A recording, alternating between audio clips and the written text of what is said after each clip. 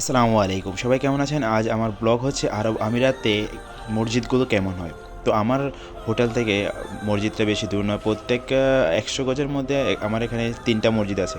এই মসজিদটা আজ আমি নামাজ পড়তে যাব। এখন জোহরের নামাজ আজান দিয়েছে।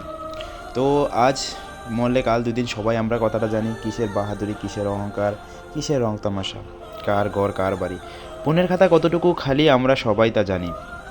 আপনি আমি এবাদত করি না করি মহান রাব্বুল আলামিন কিছু আসে যায় না।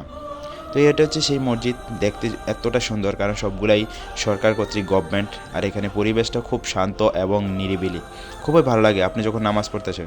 এটা হচ্ছে বারান্দা, বারান্দার সাইডটা অনেক ভালো। এটাও ভিতরের জায়গা, ভিতর দেখতে এত সুন্দর যে নকশাগুলা আপনি যদি দেখেন, আপনি এই উপরের নকশাগুলা দেখেন, এই উপরের নকশাগুলা খুবই সুন্দর। তার উপরে চারুকাজ সত্যিই মনোমুগ্ধকর, আপনার মন পুরা শান্ত হয়ে যাবে। আর আল্লাহর ঘর সবচেয়ে সুন্দর তো হবেই। তো আসলে আসলে কি বলবো, খালি হাতে এসেছি খালি হাতে যাব, ৩ টুকরা সাদা কাপড় নিয়ে। আর যদি ভাগ্যে তা জুটে, আর সবাইকে বলবো আল্লাহ সময় থাকতে আল্লাহ সবাইকে পরিবর্তন ও হেদায়েত দান করুক। তো নামাজ পড়ার শেষে এখানে পরিবেশটা খুবই ভালো লাগে। তার সাথে এখানের মানুষ, অনেক দেশের মানুষ আছে, সবাই একই আল্লাহর ইবাদতে মগ্ন থাকে।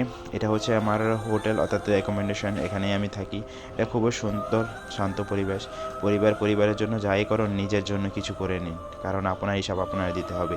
মৃত্যুর আগের হিসাবটা কেউ দিবে না, মৃত্যুর পরেও কেউ হিসাব দিবে না। ভালো থাকবেন সবাই।